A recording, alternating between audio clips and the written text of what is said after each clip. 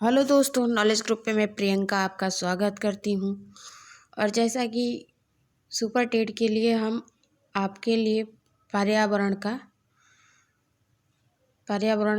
विषय से संबंधित शॉर्ट नोट्स लेके आई हूँ, जो कि आपको एग्ज़ाम के लिए बहुत ज़्यादा हेल्पफुल होने वाला है। ठीक है, तो शॉर्ट नोट्स में जो मेन टॉपिक है हम उसके विषय में आपके साथ चर्चा कर रहे हैं। ठीक है, आई होप कि आपको मेरी क्लास बहुत ज़्यादा पसंद है। अगर पसंद है तो लाइक, शेयर और मेरे चैनल को सब्सक्राइब कर लीजिएगा और कमेंट सेक्शन में कमेंट कीजिएगा कि आपको ये क्लास कैसी लगी। ठीक है, तो आज का जो विषय है पर्यावरण है, इस पे हम आपके साथ चर्चा करने वाले हैं। ठीक है, तो पर्यावरण मतलब जीवों को चारों ओर से घेरने वाला या प्रभावित करने वाला जैविक या अजैविक कारण को पर्यावरण कहलाता है। ठीक है, अब पर्यावरण जो है दो शब्दों से मिलकर बना है, परि प्लस आवरण। ठीक है, अब हम इसमें आगे थोड़े बात कर लें। चले तो पर्यावरण के बारे में।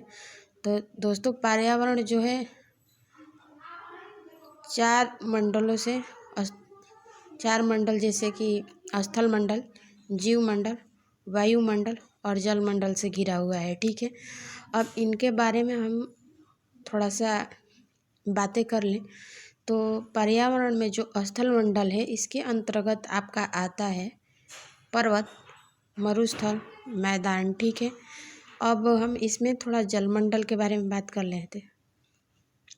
तो दोस्तों, जलमंडल के अंतर्गत जो आता है, हिमनद आता है, झील आता है, नदी आता है और आपका सागर आता है। ठीक है, ऐसे ही पर्यावरण का में हम वायुमंडल की बात कर ले तो वायुमंडल में आपका क्षोभ मंडल और समताप मंडल आता है। ठीक है, अगर हम जीवमंडल की बात करें तो जंतु और पौधे आते हैं। तो ठीक है, तो इस तरह पर्यावरण जो है हमारा स्थल मंडल, जल मंडल, वायुमंडल और जीवमंडल से घिरा हुआ है। ठीक है, अब हम इसमें आगे बात करें तो पर्यावरण के संघटक के बारे में बात करेंगे। ठीक है, तो पर्यावरण के संघटक को 3 भागों में बांटा गया है।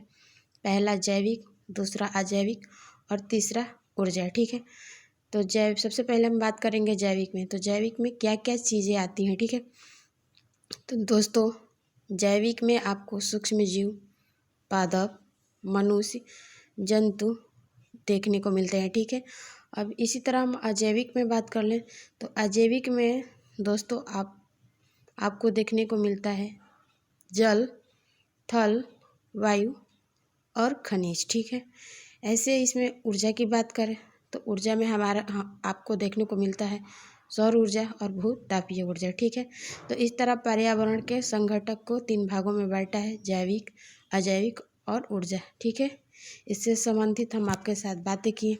अब कुछ आगे बात करें तो थोड़ा वायुमंडल के बारे में डिस्कशन कर लेते हैं। तो वायुमंडल में सर्वाधिक मात्रा में पाई जाने वाली गैस जो है नाइट्रोजन है, जो कि लगभग एग्जाम में आपको प्रश्न देखने को मिलता है और पूछता भी है कि नाइट्रोजन का परसेंटेज क्या है, ऑक्सीजन का परसेंटेज क्या है। ठीक है, कार्बन डाइऑक्साइड का वायुमंडल में कितना परसेंटेज पाया जाता है। ठीक है, तो इस तरह के क्वेश्चन दोस्तों लगभग एग्जाम में आपको देखने को मिलता है। ठीक है, अब हम बात कर ले कि वायुमंडल में गैसों का क्रम क्या होता है। ठीक है, तो नाइट्रोजन जो है 78.08% पाया जाता है दोस्तों। उसके बाद ऑक्सीजन पाया जाता है 20.95%। उसके बाद आर्गन आपको पाया जाता है 0.93%। उसके बाद कार्बन डाइऑक्साइड 0.038%। उसके बाद से नियान 0.0018%। उसके बाद हीलियम पाया जाता है। ठीक है, अब हम बात कर ले आगे कि वायुमंडल में रेडान गैस नहीं पाया जाता है। ठीक है, मोस्ट इम्पोर्टेंट है कि अगर आपसे क्वेश्चन पूछे कि क्या वायुमंडल में रेडान गैस पाया जाता है, नहीं, तो आपका आंसर होगा नहीं। तो इसके सामने इम्पोर्टेंट देख लीजिए, चीज़ें जो इम्पोर्टेंट है उस पर मार्क किया गया है। ठीक है, अब थोड़ा ऊंचाई से संबंधित हम बात कर ले। ठीक है, तो पृथ्वी की अगर हम बात करें तो पृथ्वी से जब हम 8 किलोमीटर ऊपर जाते हैं तो क्षोभ मंडल आता है। क्या आता है? क्षोभ मंडल। ठीक है, और 8 से जब 30 किलोमीटर जाते हैं, ठीक है, 8 से जब हम 20 किलोमीटर तक जाते हैं दोस्तों तो यह समताप मंडल होता है, और 20 से 80 किलोमीटर तक जाते हैं तो मध्य मंडल होता है, ठीक है। और 80 से 400 किलोमीटर तक जाते हैं तो आयन मंडल होता है, और 400 किलोमीटर से ऊपर जो होता है बहिर्मंडल होता है। तो मेरे प्रिय दोस्तों, इस तरह के प्रश्न आप में आपका क्रम पूछ लेता है, ठीक है, कि पृथ्वी पर पाए जाने वाले जो मंडल हैं उनका क्रम कैसे है। तो सबसे पहले आप क्षोभ मंडल, उसके बाद समताप मंडल, फिर मध्य मंडल, फिर अयन मंडल, तब जाके बहिर्मंडल होता है, ठीक है। अब हम आगे बात करें तो अब हम बात कर ले दोस्तों आगे इसमें तो जैव विविधता, बायो डाइवर्सिटी के बारे में बात करेंगे, ठीक है। तो किसी भी स्थान पर पाए जाने वाला जीव वहाँ के पर्यावरण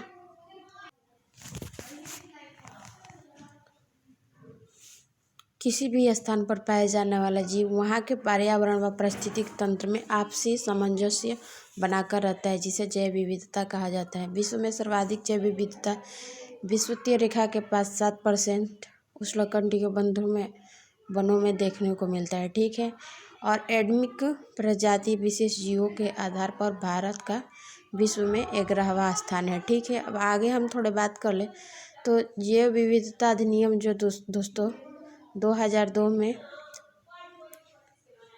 पारित किया गया, ठीक है। अब आगे थोड़ी सी बात कर ले हम तो राष्ट्रीय जैव विविधता प्राधिकरण 2003 में चेन्नई में किया गया, ठीक है। अब आगे हम बात करने वाले हैं जैव विविधता से संबंधित, ठीक है, कि कितने भागों में बांटा गया है। तो इसको 3 भागों में बांटा गया है। पहला है जीनियो में जो चीज़ें आती हैं जीव के स्तर आते हैं। दूसरा आता है प्रजातीय, जिसमें पारिस्थितिक स्तर पर बात होता है। और तीसरा जो है पारिस्थितिकीय मतलब महाद्वीप स्तर पर बात होता है, ठीक है। अब हम आगे बात करें तो जीव संरक्षण, थोड़ा इस टॉपिक पे बात कर लेते हैं। तो जीव संरक्षण को 2 भागों में बांटा गया है। स्वस्थानीय मतलब जीव को अपने ही आवास पर सुरक्षित रहना। दूसरा होता है परस्थान मतलब कृत्रिम तरीके से बचाने की कोशिश, ठीक है। जैसे इसमें आता है वनस्पति उद्यान में चिड़ियाघर, नर्सरी, हेर्बेरियम, बीज बैंक, अंडे बैंक, टिश्यू कल्चर, क्लीनिंग, ठीक है। अब थोड़ी सी स्वस्थान के बारे में बात कर ले तो इसको जो बांटा गया है दोस्तों 4 भागों में बांटा गया, ठीक है। पहला जो बांटा गया है एक या तो राष्ट्रीय उद्यान के माध्यम से, दूसरा अभयारण्य के, ठीक है, तीसरा जैव विविधता, या चौथा जो है जंगल होता है, ठीक है।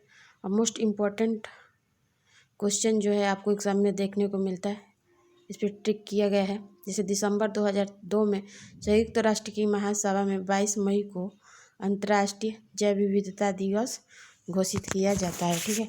तो ये चीज़ आप याद रखेंगे। अब हम आगे बात करें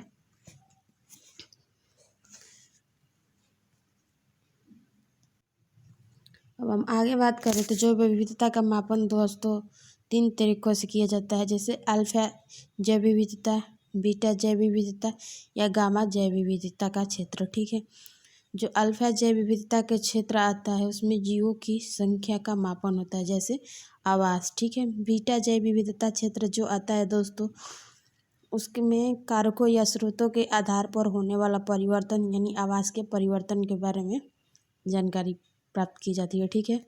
और तीसरा जो होता है गामा में जैव विविधता क्षेत्र में जैसे जीवों का एक भौगोलिक क्षेत्र से दूसरे में गमन कैसे करते हैं प्रादेशिक होता है, ठीक है।